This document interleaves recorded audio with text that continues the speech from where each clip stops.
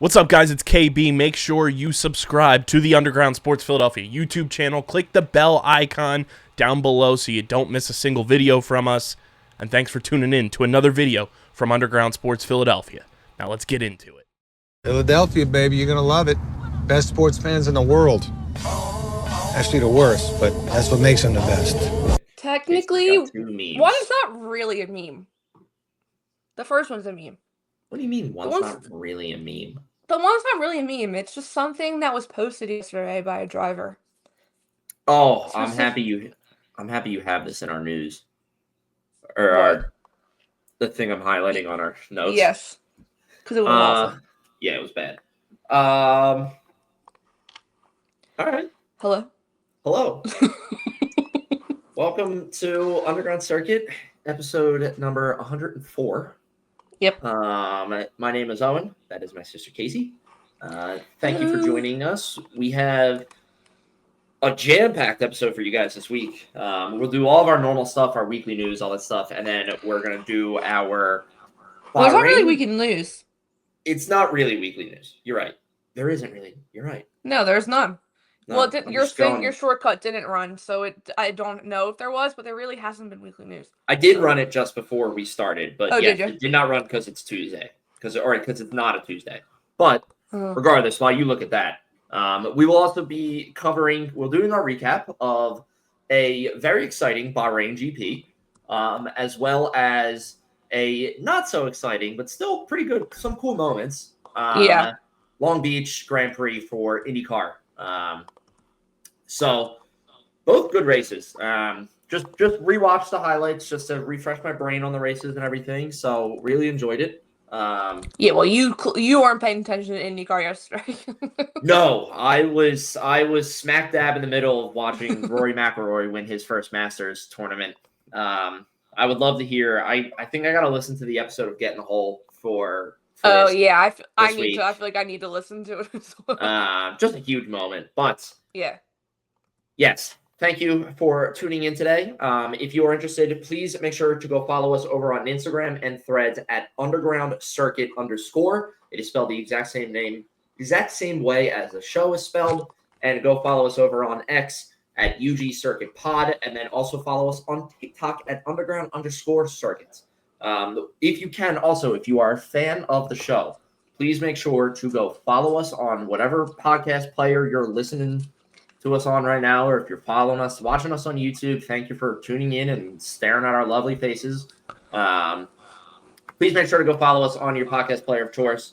Also, make sure to leave a 5-star review and leave a review for us as well. That's a great way for us to grow this show and to meet more people and know what you guys like and dislike about the show, and we can adjust from there. So please go and do that. Casey, any news? Did you finish your cycle through? No, there's really not that much. I mean, I figured there wasn't. I don't even remember like posting anything that I would have been like, this is news. So it wasn't. I feel like when it's a back-to-back or a triple header, the news comes out like during race weekends or right after. But no, not really any news. All right, so no news. So that just means theme of the week. Jump right into it. And then we'll jump right into our race recaps. Well, I'll do pints of pit stops first and then race recap. Oh, dear God, yes. I forgot I had pints of pit stops to worry about. You should be fine. They're pretty easy. Yes, pints of pit stops. I mean, me and Lee, do you want me to go first? You go first. I'll go first, because mine's a video. Mine's might be a little bit harder to explain. Okay. So, all right. Just play the video. Just go back to the beginning. So if anybody is familiar with the Pirates of the Caribbean movies, in the first movie, there's a scene, I set that to loop. It did not. There's a scene, Captain Jack Sparrow is riding into a dock on his currently sinking boat, and it works perfectly. He just rides up to the dock and steps perfectly onto the dock. And the tagline with it says, George Russell crossing the finish line with a broken Mercedes while holding off the McLaren Rockets. This is pretty point for point what it was like for George. He had a whole slew of issues, which we'll get into.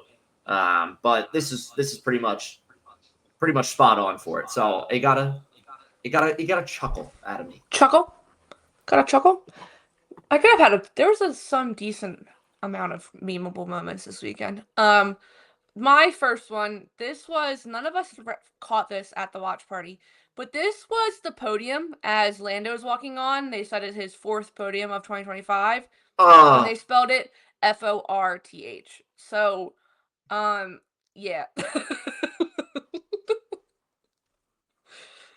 And apparently, like, you can, obviously you can spell fourth like that, but it's like, go forth. Yeah, like, it's like, move on. Like, it's an adverb. I literally looked it up. It's an adverb, but like, obviously that's not the fourth they were talking about. He's not going forth on the podium of 2025. He's going, go forth on the podium of 2025. It's yeah, that is good. That's pretty funny. So yeah, that, I feel like that kind of just sums up the whole what we'll talk about with TV direction and everything as well. So also, where did you get the Fox Sports logo? I saw this. I knew it happened, and then obviously when you watch on F1 TV and stuff, you can't screenshot. Like, you take a screenshot, it's black.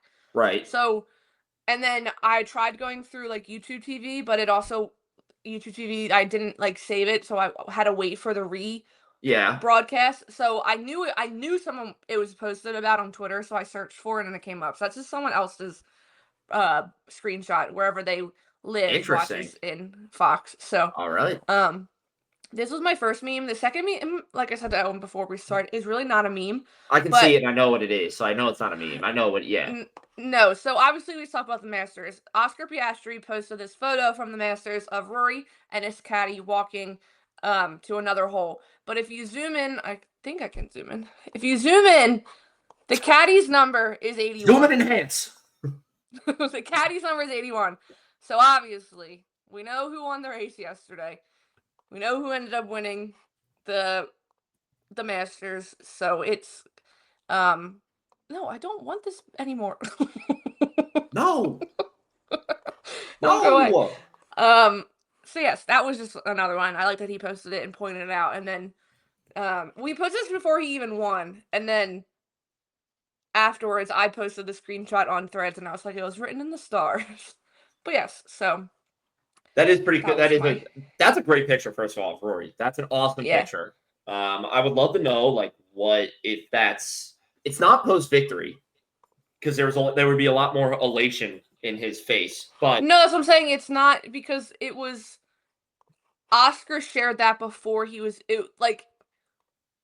When Oscar posted it, this was posted an hour before, and that it wasn't even. Rory saw like 3 holes to go, so it must have been posted like when he first teed off or whatever. Yeah.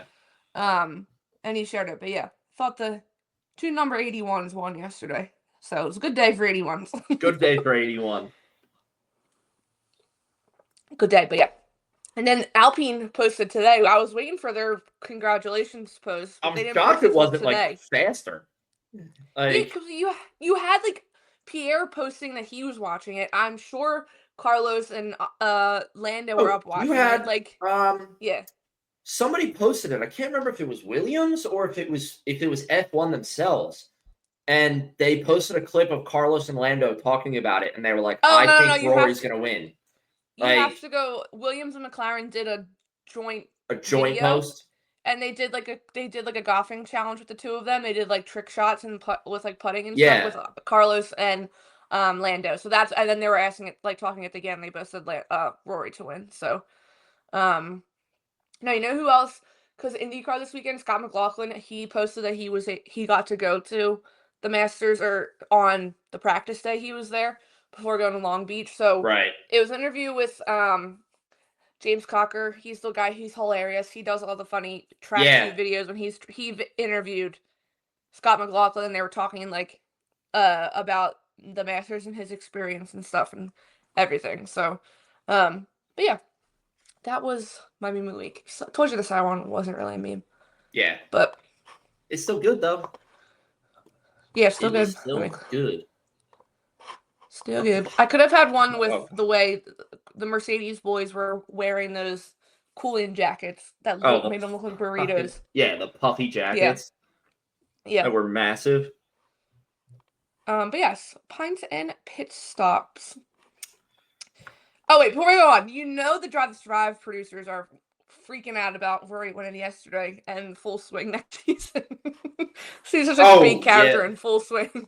Oh yeah, that's gonna be a similar episode of Charles winning Monaco. Yeah, type episode in full swing is Rory winning the Masters.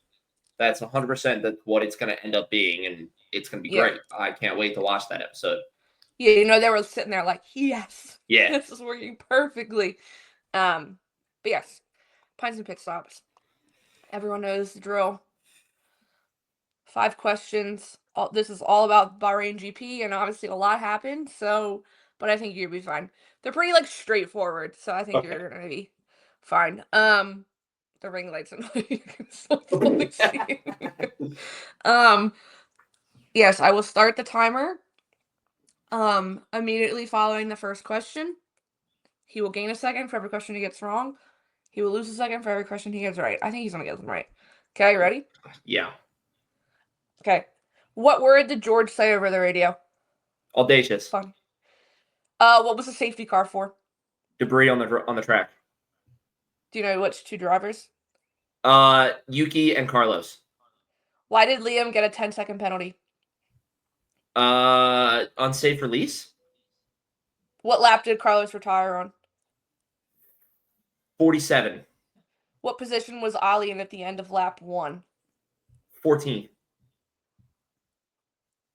28:56. Okay. What word did George get over the radio? Audacious, you got that right. Stroud 27. I'll give you 2 points to this because you did give 2 different answers. So what was the safety car for? It is debris on the track, and then from Carlos and Yuki. What was it, 27, 25? Why did Liam get a 10-second penalty? It was for causing a collision with Hulkenberg. That's right. Yeah. Yeah. I knew that wasn't right. Yeah. What lap did Carlos retire on? 47th. You got that correct. 24. And then what position was Ali in at the end of lap 1? He was in 15th, not 14th. So you're at 25. 25, right, 56. So I got how many questions right? I got 3 questions right. But you're giving an extra me point for saying for the Carlos and Yuki one. So you got 4 questions right. 2 wrong. 4 questions right. 2 wrong. And that was me. So final time 26:56. Why? It should be 25. You started with a 28:56. No, because 28:56. If I got 4 questions right, that brings me down to 24:56, and then I got 2 questions wrong. Oh yeah, that brings me up to 26:56. I'm not good at math. Remember? The shortcuts never lie, Casey. Yeah, okay. The shortcuts never lie. Okie dokie. But yes, that was Pints and Pit Stops. Pit Stops. Kind of remember halfway through work today, I was like, oh shit, I have to do a Pints and Pit Stops. Well, that was kind of neat too. I was sitting here watching the highlights, and I was like, oh shit, do I have to write a Pints and Pit Stops? And then I thought of it as I'm watching the highlights. I'm just pulling questions from that. But you know what's good? I always like to use for Pints and Pit Stops on the F1 app. They have the lap by lap, timeline of events. That's what I'll use sometimes. Especially for if I don't remember what lap did Carlos retire on, or I needed. Well, then I went back and did the live timing to see where Ollie was at the end. But do they have that on the website? Yes. Where? Because that you have to be logged in under me, and then go to huge. Schedule, and in Bahrain, and under race results, you'll get live timing, lap by lap results. I'm currently logged in under Casey's account. Do I fuck with her fantasy team? No, because I actually did pretty well this week. Wait, I didn't do the no negative. So I go to schedule, Bahrain, race results. And where do I go from here? Replay live timing, lap by lap. Bahrain results. I do not. I'll mess around with that later. All right. It's right there. Well, it's not right there for me. No, because I looked at it on my computer at work today. F1.com. I'll figure it out. I don't need to do it right now. No, all right. My fantasy, I actually did pretty well today. I will say. So did mine. I did see yours. You did do pretty well. Mine did pretty well as well. First time I was in the 200s all season, which I was happy about. Yeah. I didn't do the no negative. I did the autopilot. So it automatically, that's the one that like adds the double DRS to whoever's the highest. Oh, that's right. Yeah. So it automatically added to Ollie for my one team because he was the highest. So he gave me 44 points instead. And then Lewis. Bahrain was fun. Oh, let me start our timer. Hold on. So we can stay on time. Start the timer. So if you missed out, if you didn't see any of our social media posts, we were again at Human Robot, Google Bank's location for the Bahrain GP. I highly, highly recommend, if anybody listening is in the Philadelphia area and you've not been to any of the Human Robot locations yet, make sure to go. It is a fantastic place. They got a couple locations all over the city. And the beer's really good. The beer's really unique. I personally have never had them, but you can get the milk tubes there. I want to try them so badly. I just never end up doing it. I think there's a little bit of fear in me, but they look good. I personally think they look good, but make sure to go. It's a great place. We love going there and hanging out with everybody. And it's a great, great spot to watch a Formula One race. Everyone gets so into it. Everyone's so into it. Everybody's so friendly, so kind. People whip out everyone brings their iPads. They have live coming up on their in front of them. It is a great time. But. It's good. And it helps when you have an exciting race to watch, like Bahrain was. Going through some of the teams that didn't really do much. Aston Martin, forgettable weekend for them. Lance Stroll's the past 2 weekends have not been good for him, and he started off so strong the first 2 weekends. Yeah. I honestly don't remember seeing a single thing about Aston Martin the entire weekend. No. Well, there was one moment with Lawson and Alonso, right, during the race, but that was they quickly went away from it. I barely even remember that. Steak, not the best weekend as well. Hulkenberg ends up getting disqualified after the race for skateboard. We've seen that before. We know what that is. Which is wild that we've had 4 disqualifications in the start of the season. We're 4 races in, we've had 4 disqualifications. That's a little, when you don't know. Gabriel Bortoleto comes in last after Nico's DSQ and Carlos Sainz DNF'd. Yeah. I don't really. Everyone else is pretty split, moving up the besides Aston Martin and Steak. Yeah. Everyone else has had someone in the points, someone not in the points, really. The only Except other for team, Williams. I mean, Williams didn't. So I was gonna say the only 2 other teams that I can think to talk about right now, just to kind of say weekend for them. Williams, Alex didn't really do much. Much quieter on the radio this time around. Yeah.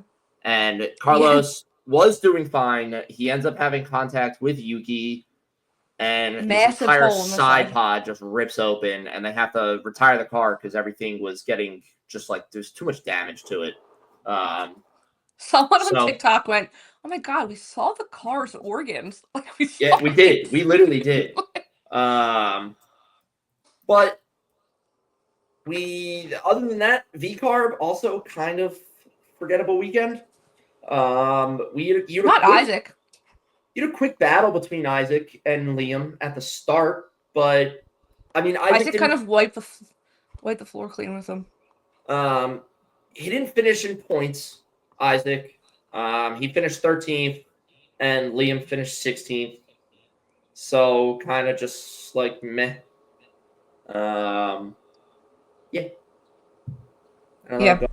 Going from there, we can jump Let's talk. You know who I want to talk about for a quick second? Who? Haas. What a weekend for Haas. Take out the disqualification. What the hell did they do to that car? Because it's I don't know. I don't know. But Ollie jumping from 20th to 15th in one lap, and then jumping from 15th to 10th to finish the race in points is insane. He goes from dead last starting to securing points. Yeah. And Esteban finishes in 8th. Gets more points for them. Oh, sorry. I just had totally was like, Nico Hulkenberg still on Haas. That's why I said excuse the disqualification. You know, I was wondering why you said DSQ, and I was like, nobody got disqualified. Like, I literally just had a full, like, just brain fart. But yes, I totally forgot about Ocon. No, they had a great weekend last week, too. Like, they're on a roll. Haas is 5th in constructor standing. 5th. Who would have thought? By 1 point next to Williams, but still, like, it's great for Haas. I mean, it's like, if they can continue this trajectory for the entire rest of the season, it's going to be something really special for them. And it's going to be great. Like, let me go back in time to Gunther with Nico and Kevin with Mick and Nikita Mazepin and be like, Haas team, it gets better. It gets better. Don't worry. It gets better. No, it's so clear to know that Australia was just a complete one-off for them. If we started anywhere else, or if Australia was a clean weather-wise weekend, they would probably securely be in 5th points-wise. Like, they wouldn't be one away from, like, Williams wouldn't be one away. No. But they just, I'm very, very impressed with Ollie Bierman. Yeah. I mean, I was impressed with him last year when he could be thrown into the Ferrari and the Haas with 24 hours notice and give performance. Like, I was like, okay, this kid, he has it. But yeah, his start, watching his start from the onboard, I know they showed it in the Racing 30 when I rewatched it today. Insane. He goes in the middle, too. Yeah, it's good. It's very good. He gets right off the line and is immediately just like in the pack fighting. And it's like, oh, shit. Like, he got a great jump off the line. I think by turn 1, he was already up into like 17th or 16th. Yeah. He was already up there. Yeah, no, I'm very, very, very impressed with Ollie. And I mean, we're going into a weekend on a track that he drove the Ferrari in last year and got points. So I think it's going to be just as good. Yeah. I wonder what his confidence level is going into this weekend. Like you said, because he's already driven this track in that highly tense situation that he was in when he got tossed in the Ferrari. So, and especially last year, he had Lewis and Lando behind him the entire time fighting him, remember? Yep. Like, yeah, I feel like he's probably going to be maybe the most confident going into this season, or this upcoming race. But yeah, I'm very impressed with Haas. They keep AO's on the right track, I feel like. Yeah. And if they get some good upgrades, which AO in that sense, maybe because he's worked within the team for so long, he's kind of like James. I feel like he's a numbers guy or whatever. He can see the performance. They are going to bring good upgrades, I have a feeling. And they're going to be good. They can be dangerous. They can be very dangerous. Very dangerous. I kind of went rogue there off of our notes because I wanted to talk about that. But I do also want to talk about, I'm trying to think of like where to go now. The best order. I know, because we don't have them in our team. Should we talk Red Bull? Yeah, because it was an awful weekend. Bad weekend for Red Bull. Max finishes 6th. Yuki finishes 9th. Now, granted, points from both cars, which is the one shining light that's coming out of this weekend for Red Bull. The fact that both of their cars scored points. Red Bull can definitely breathe a little bit easier in the sense of like, okay, we have 2 cars that can compete. But then like Max's car was barely hanging on as well. Max's car was like overheating. Everything was overheating in it. And the pit stop for him and Yuki, like when you watch the race in 30, they show that the LED light like just didn't turn green. So the green So, light like, at the end of you pull into the pit. There's Yeah, that teams light comes around down. you. There's a light that comes down. It's red when you're up in the air. When the car gets down on the ground, and then you're good to drive off, it should turn green. It did not. And it originally happened just with Max, and it was weird. Max didn't really say anything about it. He just kind of was like, fuck this. It was a curse. But Yuki came in, did his pit stop, and then had the same issue and was like, the fucking light was yellow. Like, it was flashing yellow. What's going on? And then Max came back in for a second pit stop, and the same thing kind of happened again. And it was like, what is going on? I know, between them, George's car literally aren't ready for like a technical malfunction. Yeah. Like the weird stuff with the timing issue, like what was actually happening with technology in Bahrain? It was interesting. It was an interesting, weird coincidence of events with the technology. You know what also I noticed on, was it Kimi? Yeah, Kimi had an overtake on Max. Yes. Beautiful. Whoa. Yes. I wanted to talk about this because they showed that battle in the race in 30. It is beautiful. And it has to do wonders for Kimi's confidence of just like, oh wow, I just overtook Max Verstappen in a clean battle. And I mean, like, not even just like a clean battle from the sense of like no contact, clean battle from like Kimi was smart in it. Oh, like, Kimi was like, this is my up. Yeah, Kimi was making that overtake and he wasn't losing it. He knew what exact moves to make to have Max make defensive maneuvers that Kimi could then react to and overtake from there. And it was beautiful. It was gorgeous. Yeah. I was like staring at the screen during the race in 30, and I'm like, this is awesome. Like, this is a great battle. And then the moment he gets by Max, I'm like, that is like, that almost, it was like the equivalent of like an earned run in baseball, where it was like, God, you just put up a hell of a fight to that and you won coming out of it. Like, you absolutely did it. Right? Yeah. Like, holy crap. But very good fight. Shows Kimi has some good race IQ. I feel like we said it last week or 2 weeks ago, I think, but he right now is living up to the hype of 100% of everything that just surrounded him, and taking over for Lewis and getting him up before he was 18 and all this stuff. He's living up to it. But that was a good overtake. Great overtake. Bad weekend for Red Bull. Weird weekend for Mercedes, just kind of go with them.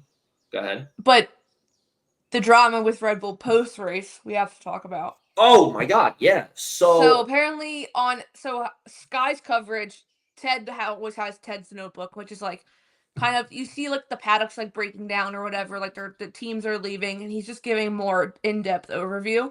Yeah. And he said he saw Christian, Helmut, and like two other ones go into Red Bull, and they were having a like a legit meeting, come to terms meeting, and then Helmut was on speaking to a German or a Dutch publication afterwards, and they asked him like, is there a real threat that Max will leave? And it's the first time I've ever heard Helmut Marko say, yes, a big one.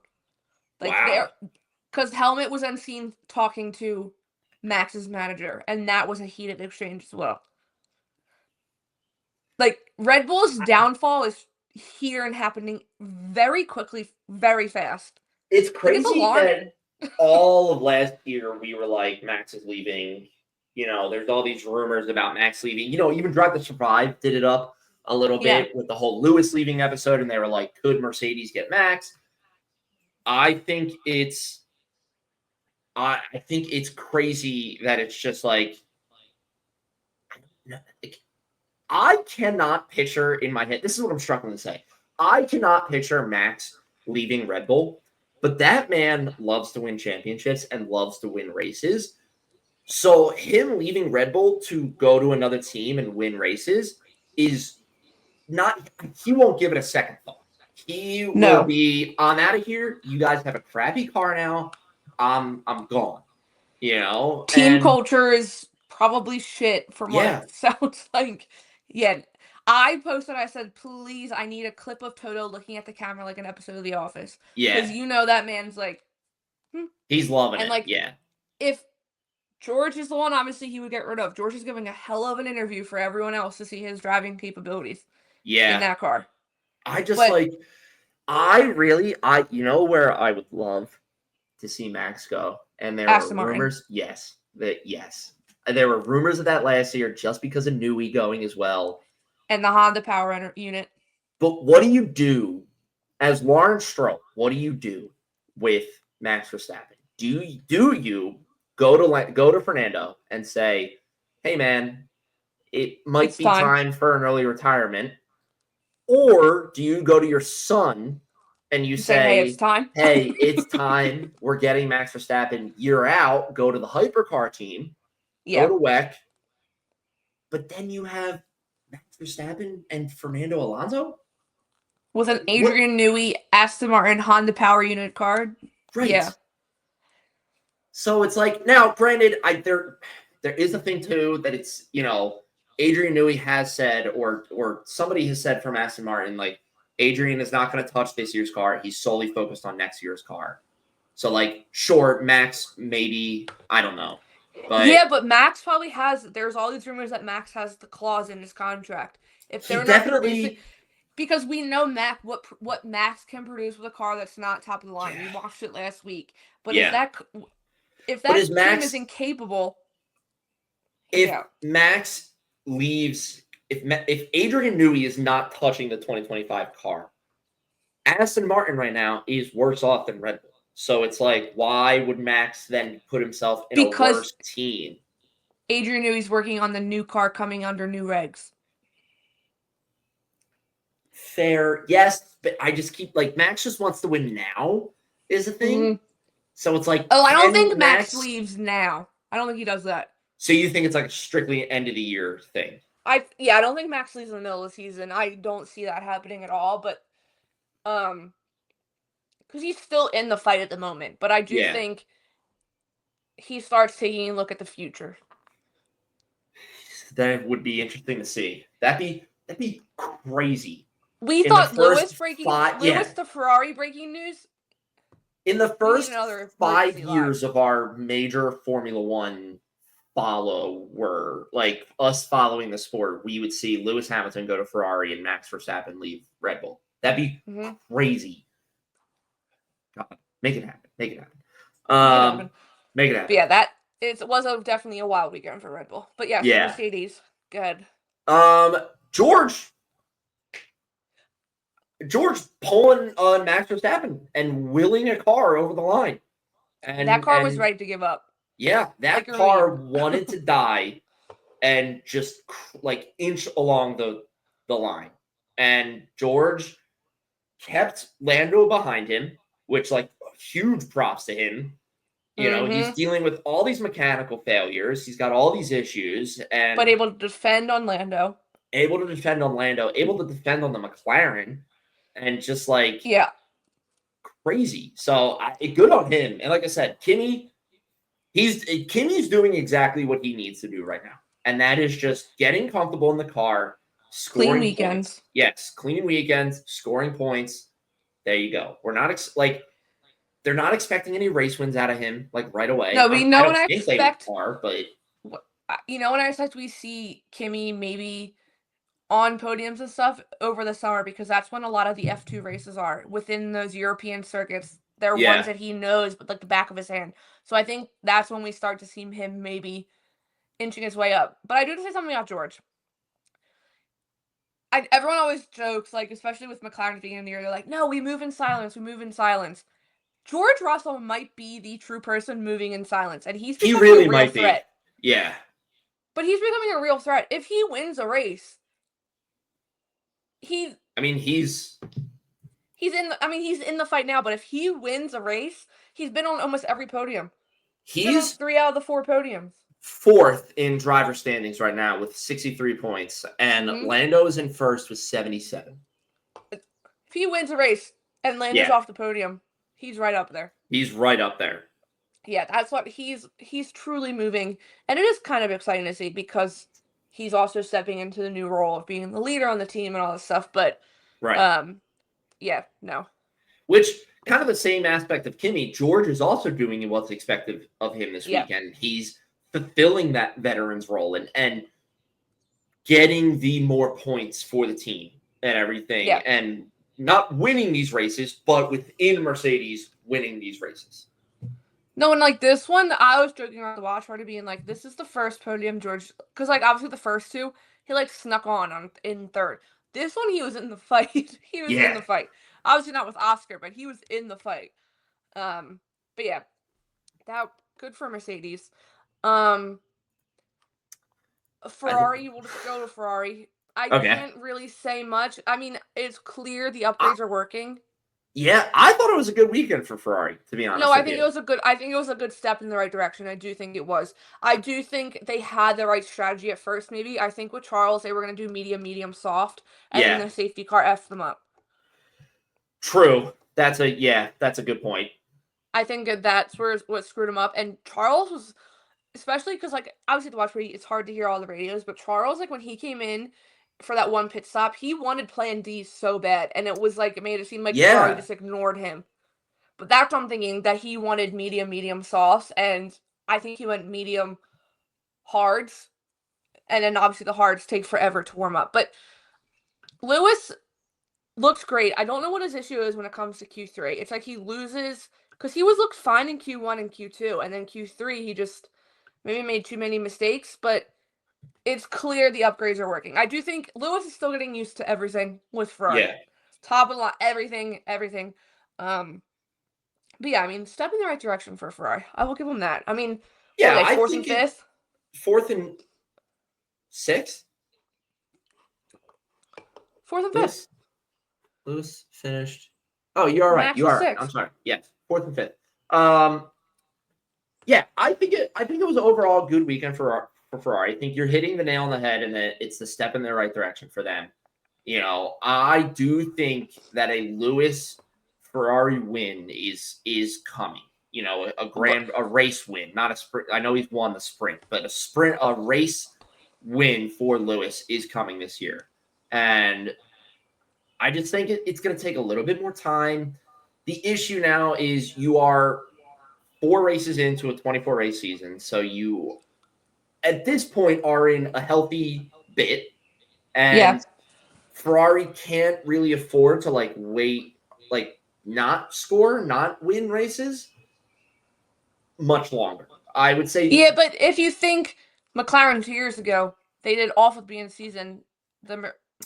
That's true. Even last year, the Miami, they weren't doing great. The Miami upgrades came, turned their entire season around, and they won the constructors. So they're not completely out of it yet. So maybe Ferrari has till Miami to figure it out. You know, I think that's a good window of a good goal time for them to hit of figuring stuff out. But like you said, step in the right direction.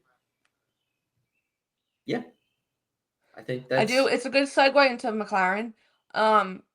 The Charles Lando battle, stuff of dreams. So I'm a little annoyed about it, but go ahead. Why? What are you annoyed about it? Well, I'm annoyed the one time that Lando decided to make a move when he shouldn't have. And he locked up and lost all of the progress he had made on gaining on Charles. He decided to go on the outside on turn 1, where it's like, you've tried that multiple times this race, and it's not working.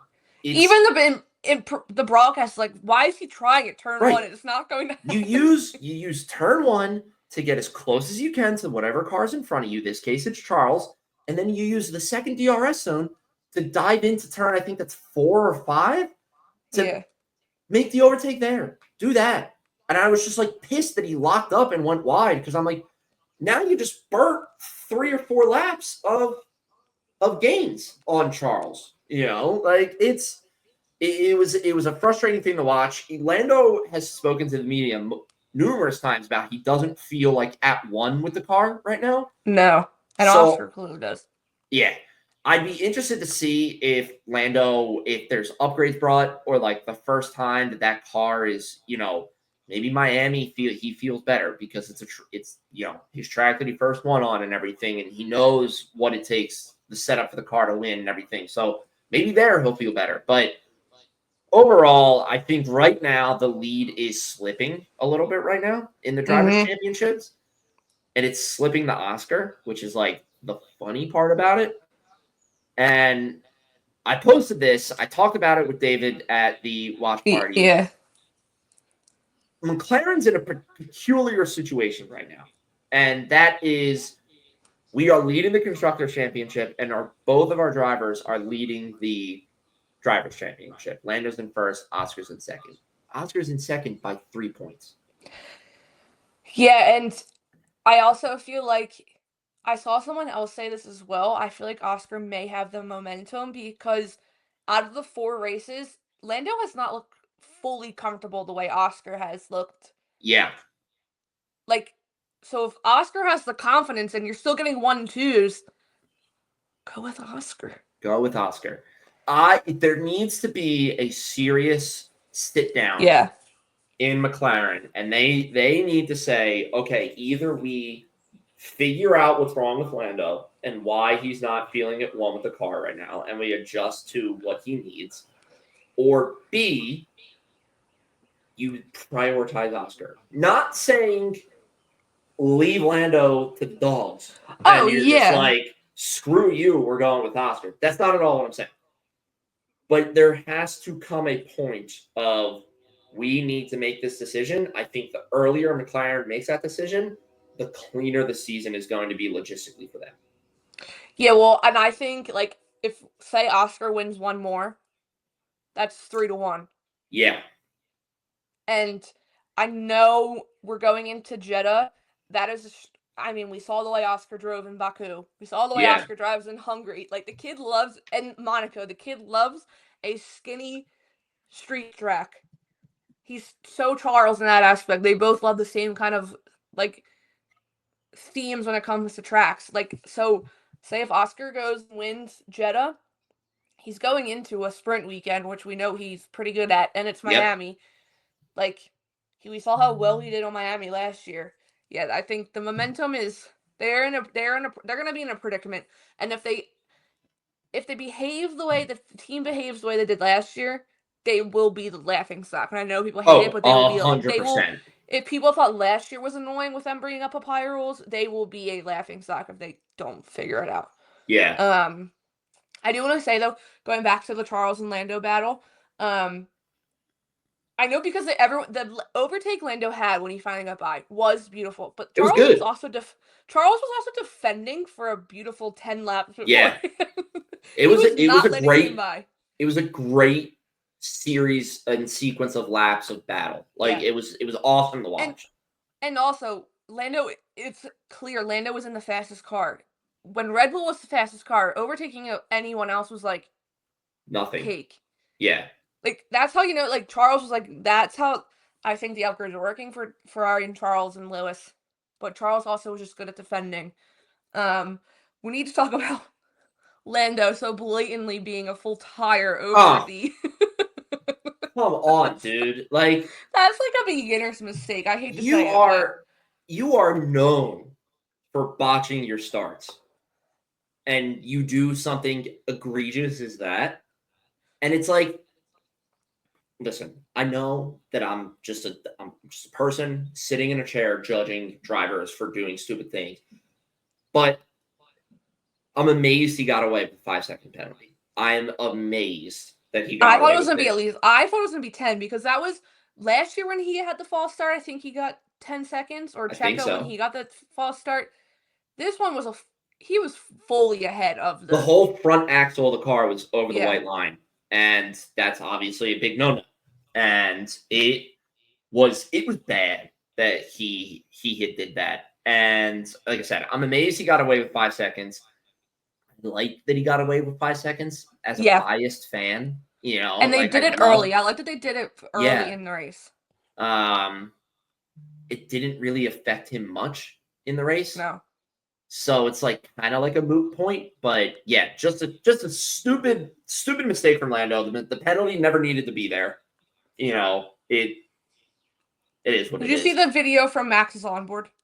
Yes, where he literally Lando like moves forward and pulls he up. goes like this. He's like snaps Yeah. his head, and then you see his hand move, and next thing you know, the radio's on, and he's like Lando's ahead of his starting grid box or Yeah. whatever he says. Which, like, Called him I don't out. blame Max at all. That's No. something you notice. Like, Where did Lando start? 5th?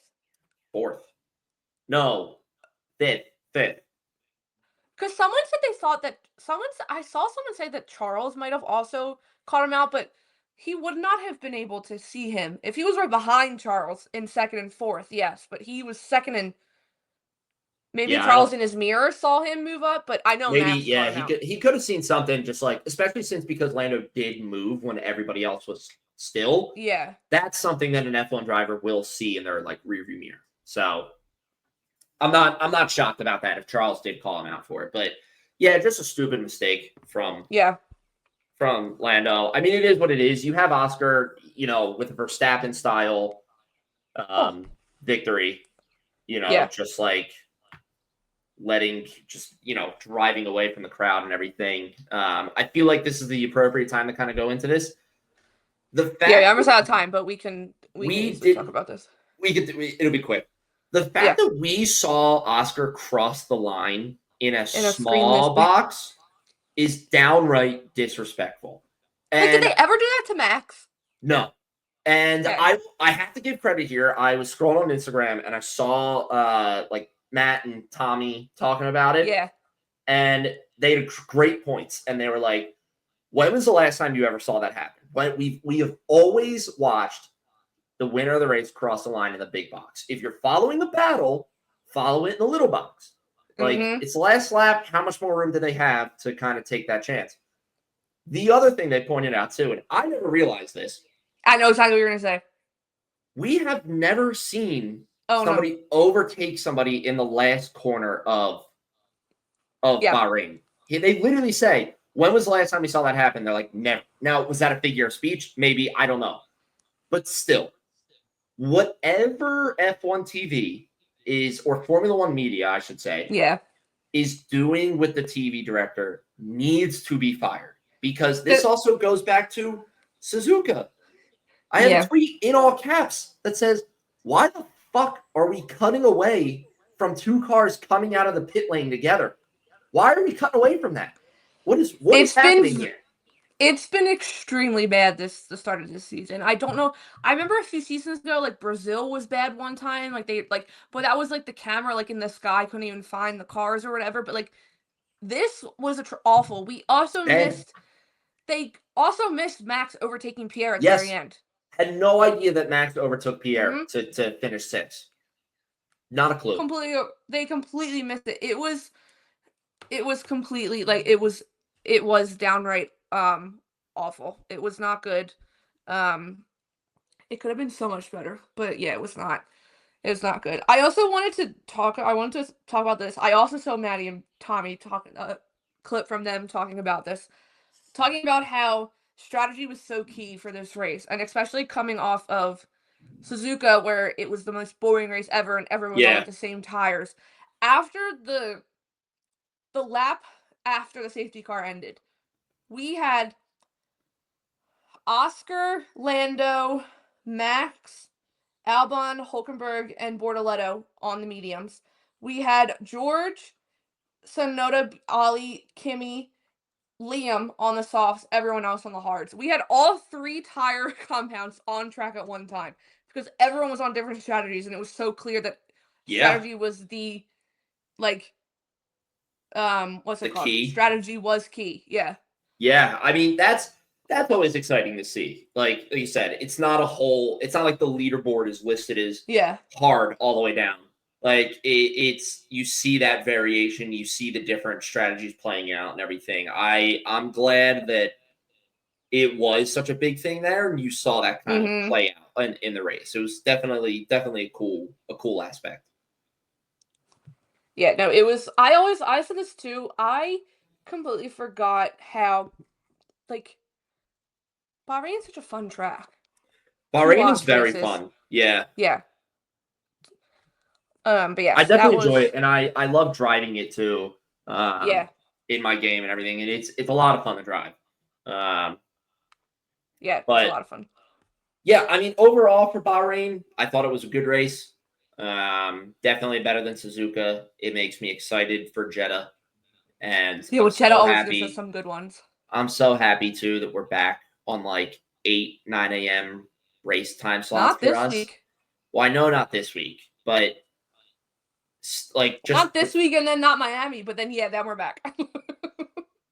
Yeah, maybe we're not back actually. Maybe I'm just lying to myself. Make it seem better. But yeah, good race overall. Good race. Everything's better than waking up in the middle of the night. So true. But yes, Indy. I have them together, right? Yeah, okay. IndyCar. IndyCar. Also great a great race. Beautiful track. They call it the Monaco of IndyCar for a reason. Very, very good race. It was so interesting. Okay, because my TikTok algorithm this weekend was like obviously F1 people at the Long Beach race that I knew, like content creators, and then obviously Long Beach is in California. So then I also had Coachella at the same time. Oh yeah. The weather difference was wild. Coachella was like 100 degrees. They were in the middle of the heat wave. People were like passing out in the middle of the field. I know it's kind of the desert over there.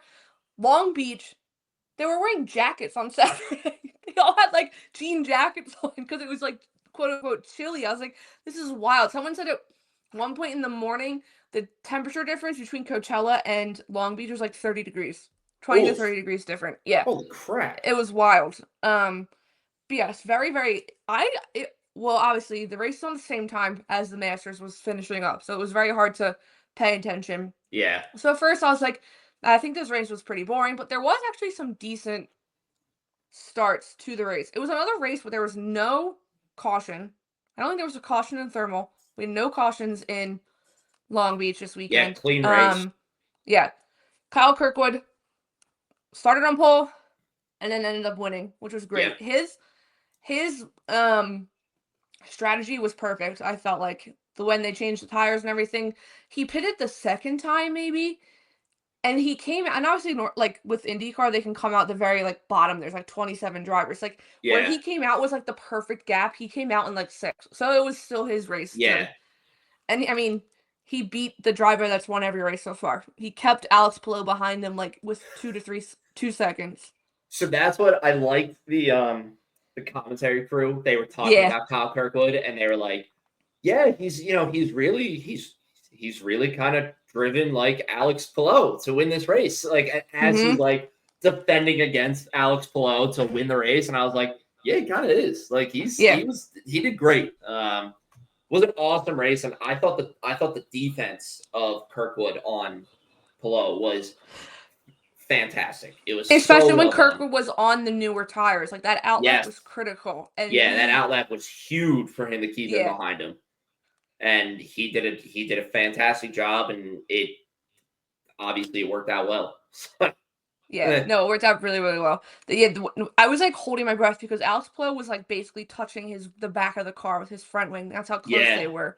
And I mean, Kyle Kirkwood was just on that line. It is a skinnier track, so it's not as many places to overtake, but still, was a great race from Kyle Kirkwood. You can't lose when Mario Andretti is one of the honorary race starters that says, "Man, start your engines." Like you can't lose when Mario Andretti is doing that. When it's and you race for Andretti. Your team, your boss is starting the race. Yeah, you can. I liked Kyle in the end afterwards when they interviewed him, like at the podium. I forget what he said, but because Formula E was in Miami, so he was like, "It's like our bi-coastal, whatever he called it." Like, because they were both racing. Oh, yeah. Andretti, IndyCar, Andretti, Formula E. Like, McLaren posted a video, like, a picture, like, race week, and it included IndyCar, Formula E, and Formula 1. But, like, they weren't focusing. Andretti was making a big deal about Formula E and IndyCar being on the same country, because they're never on the same continent to begin with. But, yes, there was also a clean start, which I was very surprised, especially it was a clean farther whole race. back. Yeah. It's so cool to me, especially after seeing one in person, like how those starts stay clean because you're already moving and because you're lined up like that, like too wide. And it's seeing them all funnel through, especially on the part of Long Beach where they pass the fountain, and it's like a quick little chicane, and it looks like the perfect spot for if you misjudge it by an inch, you're hitting, like you're clipping your tire or something, and then you're going off. So seeing all of them flow through that area was very cool, and just like oh shit, like so. Yeah, clean start. I thought it was awesome. Yeah, but even like a little farther back, they were 3 wide, and they were still clean. They were still good to go. Yeah. Yeah, it was still clean, which is always great to see. But then you had strategy coming to play like 2 laps in, literally 2 laps in. Yeah, I was shocked about this, that Newgarden pits literally 2 laps in to get rid of the soft tires and throw on hards. And I was like, that was an interesting move. Like everyone then followed suit. Cause like then Colton went in, other drivers went in. I think Lundgaard went in pretty early. I forgot who texted me, maybe Ellie. She's like, wait, what the heck happened to Colton? I was like, nothing. I was like, Newgarden pitted early, and then Colton followed like literally the lap afterwards. But yeah, it was very interesting to see lap 2. I mean, it was paying off for a little bit, Newgarden. He was in a battle. He was fastest man on track at one point. Yeah. Yeah. Like once he threw on those hearts, he was faster than everybody else. Yeah, he was moving. He was also in a battle for 5th between him, Scott Dixon, and Scotty McLaughlin. I think it was the 3 of them in a battle for 5th near the end. Which that was good to that was fun to watch. Speaking of Scotty Mac and Colton Herta, they're coming out of the pit lane. That was fun. And you know what? The camera crew did it right, and they stuck with them the whole time. They stuck with them the whole time. Yeah, that was really cool to see, because I saw that. So I think Herta was already in the pits, and Scotty Mac had come out and was driving down. Yeah, because Colton was up towards the end more. Yes, and Herta comes out, and they go 2 wide the entire length of like the pit lane. They were like this. Yeah, and it was like wheels really picturesque. It was like, they're really just like sticking with each other. But they come out, and Herta takes the lead, and I was a little confused by it, because like in my head I was like, all right, so to me, Scotty Mac should have the lead, but Herta came out with it and stuck with it, and I was like, okay, like, you know, obviously not much I can, like, I'm not going to do anything about it, but I think what James Hinchcliffe said over the broadcast, that coming out of that pit lane right there, it's almost like you're on wet tires in the rain, because it's a street track. So I think maybe Scotty Mac like just played it safe a little bit, because he could have wiggled for 1 second, and they both would have been out of the race. So maybe that's maybe if he just played a little. I mean, he was still in the hunt for a decent amount of time. But yeah, that pit lane was so cool. It was curved. It was so interesting and cool to watch. IndyCar's got all the cool pit lanes. They got the double-sided pit lane. They got the curved pit lane. It's a normal one. I saw content creators. It was so obviously we've been in St. Pete, where we could walk and stuff, and where like the team's little setups were. There was a decent amount of space. Like they were fine. Yeah. Like they could easily. They said it's the narrowest pit lane. Oh. On the count. I'll send you some videos I saw on TikTok. Like, there's a curb, the team, and then it's like a foot of grass maybe to walk back and forth along the pit lane. Gosh. And like they showed like where the drivers sometimes will obviously come in on their scooters. They have them like up on, because there was like not a shelf, but like a ledge. They had to put stuff on top of there. So yeah, it was very, very interesting. But the curved pit lane is cool. But yes, speaking of Newgarden, his weird seatbelt issue that he had. Oh yes. Yeah. In the race highlights, they showed him pull in to the pit stop, and then they showed the one engineer literally the guy like dive onto the car. Yeah, he like almost headfirst dove into the pit, the cockpit, and he like does something real fast. He gets off, Newgarden drives away, and then like a couple laps later, he's back. If not a lap later, I think he was back. He's back in the pit, and they're like full on like reaching in. Like, and he was sitting there for a good while, and there must be something going on, because Will Power had the same issue last time too, had a seatbelt issue. Yeah, they said they're both Penske cars. So it's like, what's happening with them that it's going like this is occurring, Yeah. And I mean, obviously, well, we didn't even talk about this in F1, but like Alonso's steering wheel coming out of the car Oh versus yeah, your seatbelt coming undone. Like, especially in the Indy cars, they're moving. Like, your seatbelt coming undone, you're just free, like you're flying. God flying forbid if around. he crashed or whatever, that would have been Oh bad. yeah, it would have been really bad. That would have been really bad. But yeah, I totally forgot about that because Newgarden was doing well, but then obviously he had to go like like 2 times very quickly after because of the seatbelt Yeah. issue. But I think that did hurt him a little bit. But um, on to Aaron McLaren, I have to say we'll talk about Christian Lundgaard because he had a great weekend. But Yeah, I was gonna say we Nolan gotta say Siegel, we gotta give a round of applause to Nolan put the Siegel put the hands together for racing Eagle, man. racing with food poisoning. That's when my stomach hurts, I don't even want to get off the couch. So I can't imagine. Well, I racing just with think about food it and I'm poisoning. like, everybody's had it. It's that uncomfortable drive home that you're like, man, I really got to go to the bathroom. And Yeah, or you're like puke. suffering. Yeah. And you're like, oh, this is the worst thing I've ever had in my life. And we're like barely feeling any sort of like forces on us as we're driving. You're slamming an Indy car around that track on those hard turns, and you're dealing with that with food poisoning. I mean, that's tough. And that is respect for that kid to push through that and Yeah. even complete the race. Like, Well, just he wasn't even last. insane. He was P20. He was Yeah. 20th. He wasn't even dead last. He posted, and it was kind of a hometown race for him. He's from Palo Alto, a little farther north, but it was still Right. California. Yeah, you're in But California. He posted on Instagram, this is Instagram caption, racing with food poisoning, 0 out of 10. Do not recommend. Yeah. That makes sense. Yeah. Someone though posted, they're like, what is with drivers like getting food poisoning? First it was so and so, like, don't they have people? You can't like prepare to get food poisoning. I feel like No. it's something you can't predict. Like you could eat something.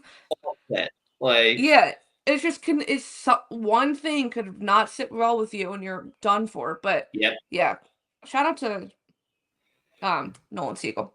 Good on him. But Yeah. I really, really want to talk about Christian Lundgaard because, my God, what a drive.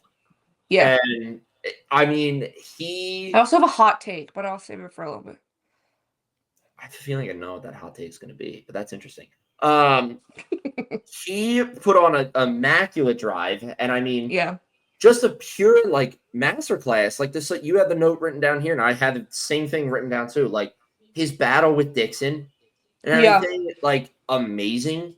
And Lundgaard, for him to like hold him off and figure that and like get out of that situation, beautiful. And then he doubled downs on it with the battle with Felix Rosenqvist at the end of the race with literally 5 seconds left of push and 0 push to pass. Yeah, they both had like no push to pass. Yeah, Felix had 0. Christian had 5 seconds, and Christian uses it like it's like an auto like overtake option and just blazes past Felix Rosenqvist to get 3rd place in the race. And it is like, holy shit, that was gorgeous. Like, and if anything, a lovely on the inside. On the inside, like beautiful, beautiful overtake. Yeah. And just like absolutely knowing the perfect moment of when to hit that and when to, get past Felix and everything to secure the podium for the race is insane. And I mean, it's just 2 podiums in a row for him too. Yeah. I think he was on podium in thermal as well. Yeah. No, it's just, he looks like he's settling in like really well at McLaren and is enjoying the shit out of it right now. So I'm happy for him. Hinchcliffe came over and said they've been struggling for so long to get someone else to be able to drive that car like Pato. And this is my hot take. Dare I say, Christian is outperforming the other two in that car. Yeah, as of right now, yes, absolutely. I mean, Christian even looked the first race of the season in St. Pete. He was up there in the battle before they everything went wrong. Like, he easily could have been on the podium in St. Pete. Yeah, no, there's a win coming for Christian Lundgaard in that car for sure. Oh, I can see it. Yeah, I can't remember because a lot of the obviously May's coming up, the most important month in motorsport history for IndyCar. Yeah, but So I know most of the circle tracks, or the ovals are coming, so I don't know how good he is there, but I definitely see he's getting a win. But yeah, that car and him are gelling very, very well. Yeah, He he's looks good. enjoying it. Yeah, he's really enjoying it. But yes, I also noted here, but I didn't have it. Scotty Mack's move on Scott Dixon on Yes. the inside. I wrote the same thing too. My note is great pass from Scotty Mack on Dixon. Like, it's beautiful. I mean, it's your textbook pass of just cut to the inside, obviously push the pass, go. Like, beautiful. It's just like show it to new drivers when they're trying to learn IndyCar. Like, there you go. This is what you need to watch to be like, do this. Great pass, beautiful. No, it was a good one. I was cracking up going back to Kyle Kirkwood, how he beat the team to the podium.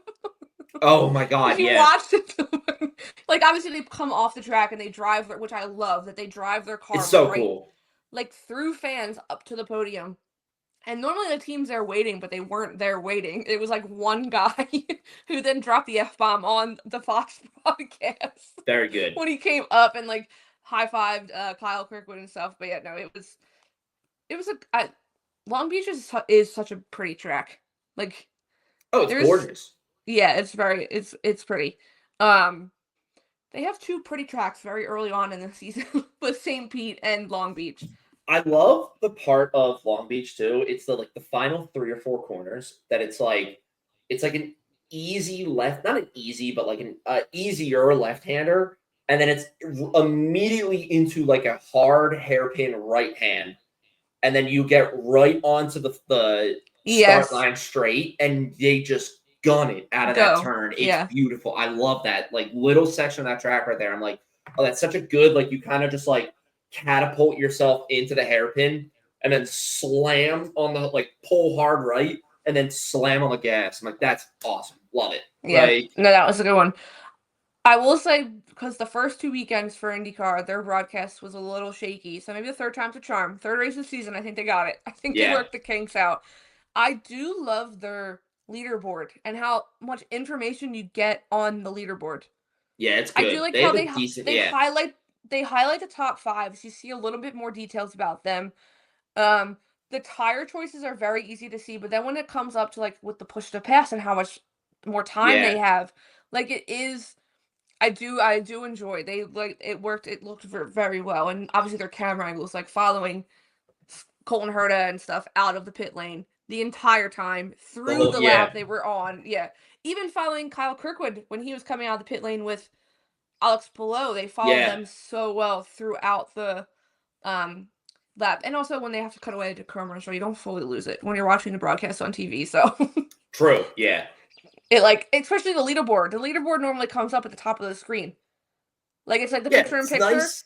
And then it's like I know they do that for NASCAR. So I've seen it whenever I've had a NASCAR race on. I have seen that, but it makes sense. It's like, why like you could cut away to a 15-second commercial and miss like a crucial pass for the race. Like, and it's like, what the hell? But you're like, what are you doing? Well, that was like Rachel at the watch party. Do they go to commercials? I was like, no, they don't. No, never. F1 they do not, because sometimes if I have to go to the bathroom while I'm watching a race, I will turn the volume all the way up. Go to the bathroom. I have had you hear Alex Jake's voice get a little excited. You're like, I'm missing something.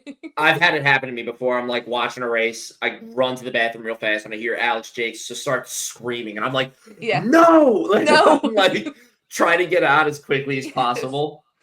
Well, especially like for us when it's like the early morning races, you're obviously drinking coffee. So like, God forbid you have to pee in the middle of a race. Yeah, it's brutal sometimes. Yeah, it's brutal.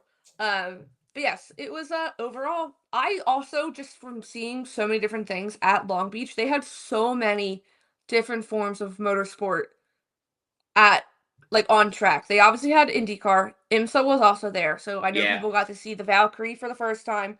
Oh yeah, beautiful. I know what's the one that looks like the dinosaur that's in IMSA that everyone loves. That car was there. You've seen the car. It's purple and it's a dinosaur. They call it Rexy. Oh yes, I know. I know what you're talking about. Yeah, Like yeah. especially when Le Mans comes, they call it Yeah. Rexy. It's their But yes, they were there. They also, I don't know exactly what it is. I know there's a girl that does it. She has a pink, it's like a pickup truck kind of, but also like it looks like a rally car. They like drive and jump over like ramps and like get in Oh, the air. Yeah, it's cool looking. interesting. They had that. They had some like, I think they had old school cars there as well. They were things like drifting and stuff. So it was a cool. Long Beach does it up for motorsport. Like in general, I Yeah. feel like they look like they have good fan stuff going on. But yes, that was IndyCar. They're not back until Miami weekend's their next race. They're at Right. Yeah. Barber. I think I said Barber. Um, but then it starts the best week, best month in IndyCar because then you have the road course at IMS, and then obviously everything for the 500 starts because you get Yeah. qualifying the weekend before the Indy 500, and then the Indy 500 weekend is coming up. So I'm excited to. Now I watched the Indy 500 last year, but like this year to really take it in, Oh, like this year is start to good. finish. Yeah. Yeah. This year is This gonna year be like will. I'm sitting there and watching it the entire time. Like, Yeah. Cheering for it. Yeah, I'm gonna be in it. yeah. Wait, before obviously they were in California, so Pato went and did stuff with the Chargers with one of the Chargers players. But have you ever seen like the Chargers on TikTok and stuff or No. like their videos? They have their social media team kills it. Like there are a lot like the trend where they like surprise people with baby photos and ask them to sign it.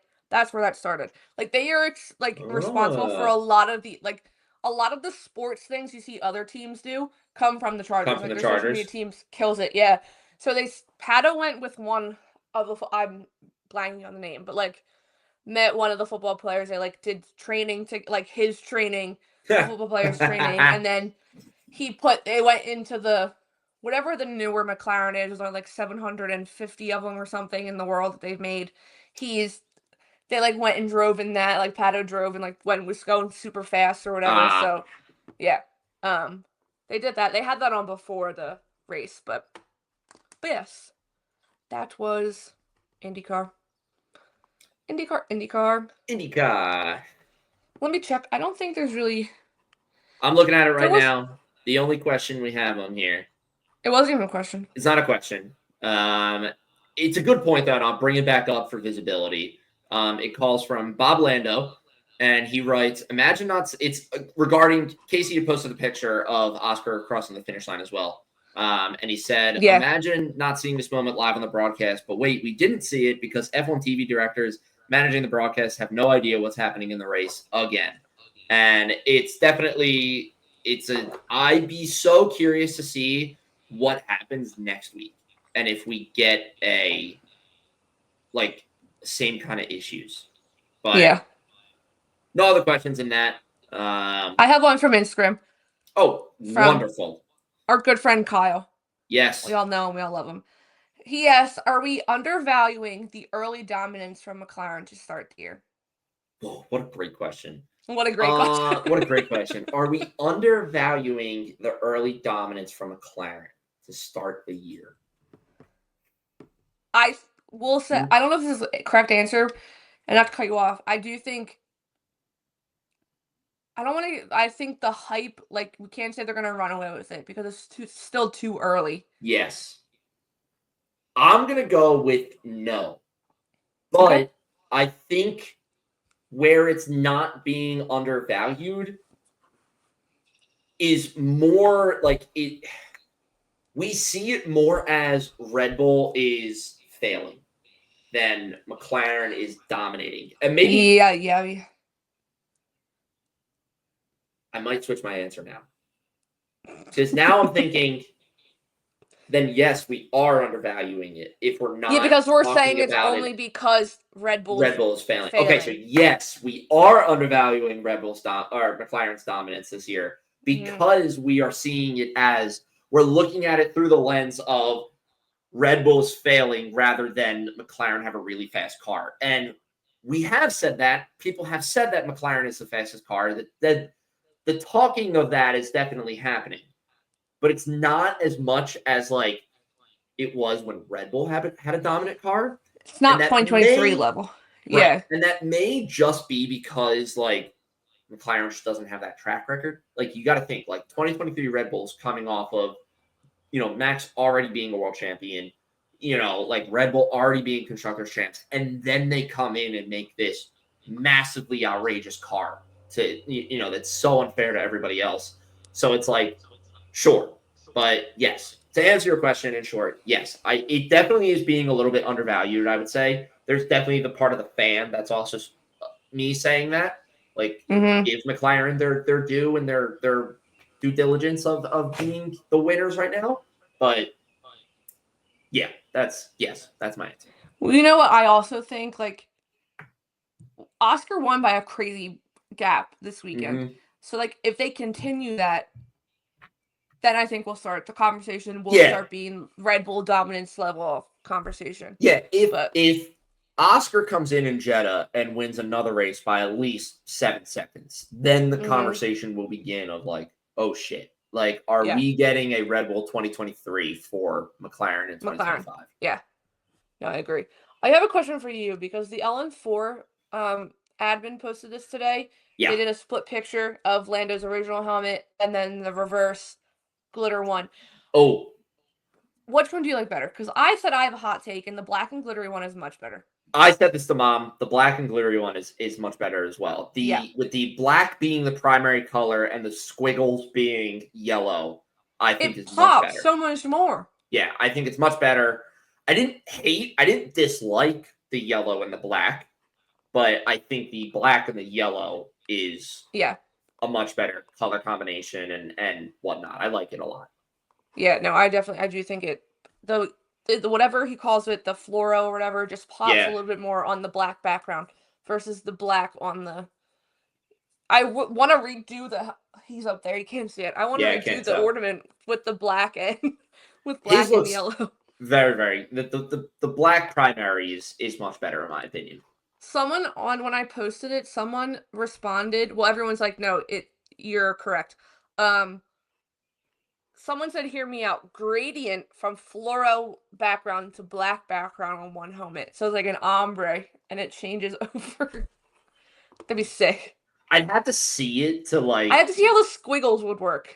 Yeah, but I agree with that. That would be cool. I would agree. Yeah.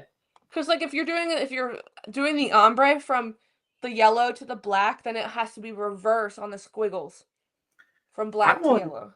You know what I want? I want Lando's color scheme on Charles's helmet design. Yeah, I love Charles's helmet design because I love the sharp lines, the cuts, and everything. Like I said, it looks like a Power Rangers helmet, which I love. But Lando's colors being black and yellow on that color scheme, I think would look really well. It would also really look like Bumblebee from Transformers, and that would just make me personally happy as a nerd. But I digress. Yeah, all right, that would look nice. Before we get into predictions, there's an apparent leak of Charles Monaco special stuff coming out. His special hat.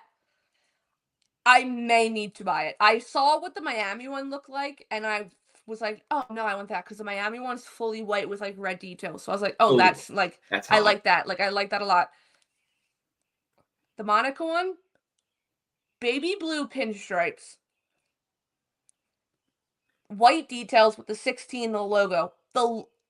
His logo. The Ferrari emblems, like a leather. Oh. I'll send you a photo. I think I might need it. Oh, that sounds very nice. Yeah, very, very nice. The baby blue and the white, I like that. Yeah. That's a good pairing. And then that might be really hot. When I saw it, I was like, ooh, this is giving baseball, and I like it for some reason. Yeah, that's really nice. That sounds really nice. So I hope it's true. But yes, predictions, Jeddah. I don't know who to go with here, to be honest with you. I can go first. Yeah, go first. Okay, I'm going to do. You just said it. I'm going to do Oscar wins. Okay. Charles P2. Okay. Just because the two of them love a street course like this. Oscar P1, Charles P2.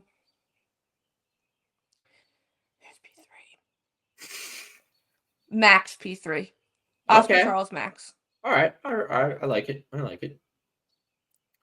Am I? At the risk of being boring, I'm also going to go Oscar P1. I think right now he is just way too dominant and way too comfortable in that McLaren car. I think And they'll we're still going to have a the track that fastest. he likes Yeah. this track. I think McLaren still has the fastest car this weekend. So, and I don't think that Lando is as comfortable as he needs to be yet in that car. So I think Oscar's going to get P1. I'll say this. I'll go the other Ferrari. I'll go Lewis Hamilton P2. And then to make it interesting, because I think it's coming, I think it's on its way, I'm going to go Kimi Antonelli P2. I know, I didn't say Kimi, so I was hoping you said Kimi. Yeah, I just it's coming. It's on its way. Yeah. So that's where I'm at. Oscar, Lewis, Kimi. Okay, I like it. That would be nice to have a Ferrari on the podium. I've been deprived a little bit. It'd be a great way for Lewis to close out the triple header too. Yeah. Like it'd be a great way of just not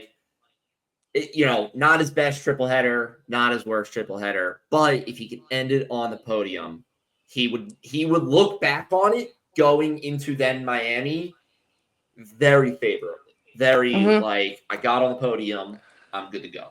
Yeah. No, I like it. I like it. Well, I forget who said it, but this is not a strong track for Lando. And if he's not comfortable with the car, I don't expect. No. In the points, still yes, but I don't. Yeah, I would not on the podium. I think at a minimum, Lando can force that car into points. But yes, I don't think a podium is in the marks for Lando this weekend. So yeah, I think it's going to be Oscar again. Yeah, same. That'll be great. Well, because it's Easter Sunday, be at home. It'll be on. Dad will probably get to watch freaking Oscar win again. Yep. Or if we follow the track record from last year, when Charles won Monaco Memorial Day weekend, when Charles won Coda. Yes. No. Monza was Labor Day weekend. Yes. And then I was just off Monday for Coda because we were at what's her name, Ellis's wedding. Oh no, I wasn't off. I think I went to work. So I was saying Charles last year won on random holidays. Not that Easter's random, but could be. I get what you're saying though. Yeah. Yeah. The following the Lulu train. That's what I was trying to get at. Yeah. But yes. Do you have anything else you would like to add? Nada. I got nothing. Close us out. I will close this out. Thank you for joining us. This was a jam-packed episode, but a good one. We'll be back next week. We will wrap up the triple header. We will recap Jeddah only. There's nothing to predict for either F1 or IndyCar until the week after.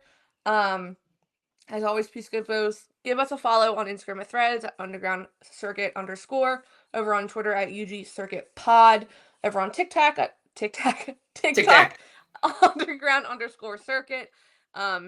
Like, comment, subscribe wherever you listen to your podcast. Give us a rating like I once at the beginning. Like we said, we'll be back next week. Have fun. Happy Easter to who celebrate, and yes, happy race week, everyone. See you later, people.